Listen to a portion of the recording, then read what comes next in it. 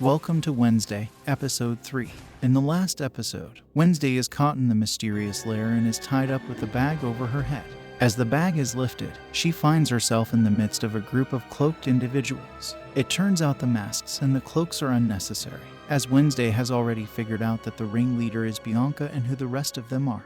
They all remove their masks reluctantly, and while arguing amongst themselves, Wednesday has already untied herself. It turns out the Nightshade Society has recently come together again after 30 years. The previous iteration had disbanded after a normie had died. Now they just hang out and are more like a sorority that hangs out. Xavier invites Wednesday to become a member as she would be a shoo-in because she is a legacy. However, Wednesday refuses. Honestly, it does seem rather lame. Plus, she has more pressing matters to attend to. Wednesday continues to investigate the alleged murder of Rowan and the monster in the woods. In addition, she has a foreboding prophecy to attend to.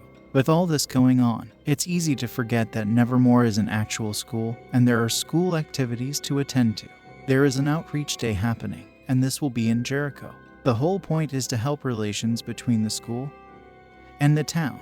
The students have to volunteer in the local community. Wednesday has been assigned to work at a terrifying antique shop and the other students at Pilgrim World. Principal Weems has also signed Wednesday up for a performance with the local marching band at a ceremony later that day. That is definitely the best way to use her talents. However, with Wednesday's penchant for trouble, I am not so sure that is the best idea. I can't imagine anything worse than being a pilgrim for a day with people who despise you. But as usual, Wednesday is using this opportunity to investigate more. She strikes up a conversion with our resident tortured artist Xavier, and they talk about Rowan and his hurried and odd departure from school. Xavier has no problem believing that his former roommate is alive and well and mocks Wednesday's conspiracy theories. Well, forget the quintessential teenage heartthrob you have me, and I have my tinfoil hat on, and I am ready for anything. While he is a stick in the mud, he is useful enough to point out that the other person in the drawing is Joseph Crackstone after she shows him the drawing. Joseph Crackstone is the father of Jericho. So armed with this information, Wednesday decides to switch jobs and attend Pilgrim World for more detective work. She offers a trade with Enid, and this proposal works out perfectly for Enid because Ajax, her love interest, will be working in the creepy antique shop too. The whole town is essentially an amusement park, and the students are assigned to work at a place called Ye Old Fudgery. Wednesday freaks out the normies by just being herself, then breaks away to go and explore the old meeting house. Unlike everywhere else, this place is closed off, and it seems they don't want anyone to go in there. But that does not deter Wednesday, and it's not like they secured the place well. But then again, who wants to steal old pilgrim-related stuff? Now inside the building, she finds paintings of her blonde doppelganger from Ye Old Pilgrim times and a book called Codex Umberne, but it is a replica. However, Mistress Arlene, who seems way too committed to the bit, finds her snooping and tells her to leave. They have something to hide and are doing a terrible job of not showing it. At this point, Wednesday, who clearly has no interest in doing this job, goes to the coffee shop to meet up with her won't-they friend Tyler. She asks Tyler about the location of the original Pilgrim meeting house, which is in a very creepy and dense forest. Tyler tells her where it is, but he warns her to be careful because the place does invite a lot of dangerous undesirables like homeless people and drug-addicted people.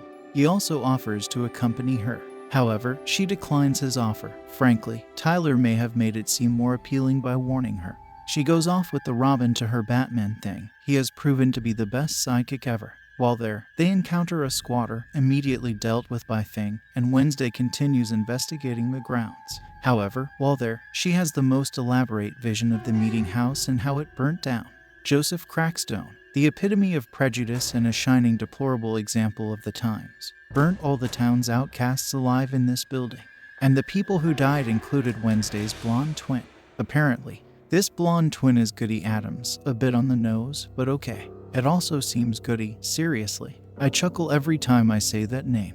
Joseph Crackstone decided Goody's family, aka Wednesday's ancestors, were witches, and he sentenced them all to death by burning.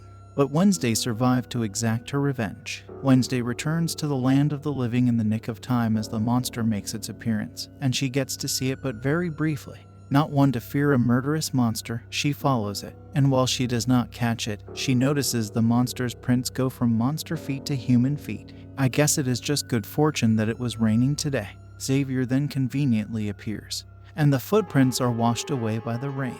For some not suspicious at all reason, he now seems to think Wednesday's theory about Rowan is not a conspiracy after all, after receiving some out of the ordinary text messages from the old roommate. So we are to believe Xavier, who thought his roommate was alive a few minutes ago, now thinks Rowan died when Wednesday says he did, and all it took to convince him were a few strange texts from a boy never seemed normal anyway. Okay then, they have another heart-to-heart, and Wednesday tells Xavier about her visions. He, in turn, tells his father, Vincent Thorpe, who is well known for his psychic abilities, and he echoes Principal Weem's thoughts on visions. He tells her not to trust in these visions fully, and that they are not based on rational but on emotion. Tell that to the guy who broke his neck after she saw it happen. But our anti-hero is not affected by this. She is determined to do something about the mysterious events around Nevermore. They make their way back to the town square for the main event as the rain stops. All the significant people, like the mayor and the press, are there to commemorate this auspicious day with a new town monument, Crackstone's bronze statue. Fountain is unveiled as Wednesday, and the marching band are playing Fleetwood Mac.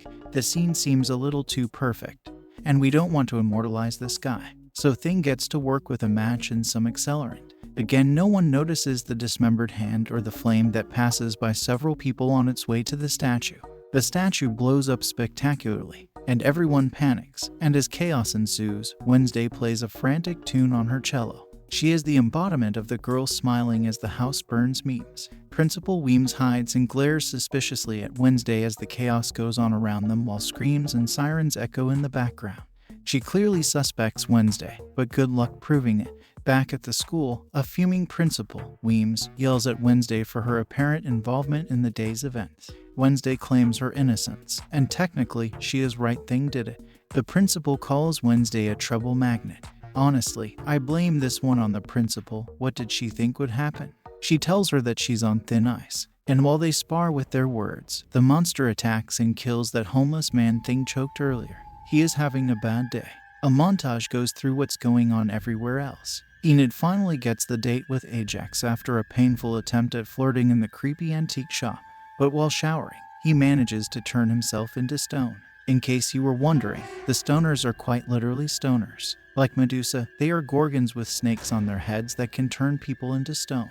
Next, Marilyn goes into the secret lair, and our tortured artist Xavier seems to be concealing something.